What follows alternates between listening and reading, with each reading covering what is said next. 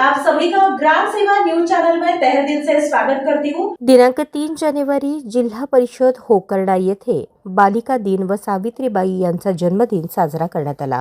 प्रमुख अतिथी दामोदर बोडखे यांचा सत्कार करून तसेच मुख्याध्यापक, शिक्षकवृंद, शालेय शिक्षण समिती अध्यक्ष मनोज गुंडरे यांच्या उपस्थितीत हा कार्यक्रम पार पडला।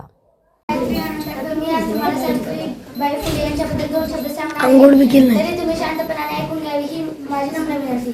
आद्य क्रांतिकारक सावित्रीबाई फुले यांचा जन्म 3 जानेवारी 1831 रोजी सातारा जिल्ह्यातील खंडाळा तालुक्यातील नायगाव या गावी झाला। त्यांच्या आईचे नाव लक्ष्मीबाई व वडिलांचे नाव खंडोजी नेवासे होते, तसेच त्यांच्या पतीचे नाव ज्योतिराव फुले असे होते।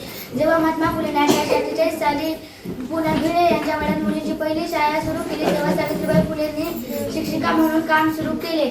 ज्योतिरावाने येथील अंधाराला दूर करण्यासाठी, अन्यायाला नाहीसे करण्यासाठी, येथील वर्ग व्यवस्थेला नाहीसे करण्यासाठी समतेचे युद्ध पुकारले। सावित्रीबाईंनी त्या जिद्दीने उडी घेतली।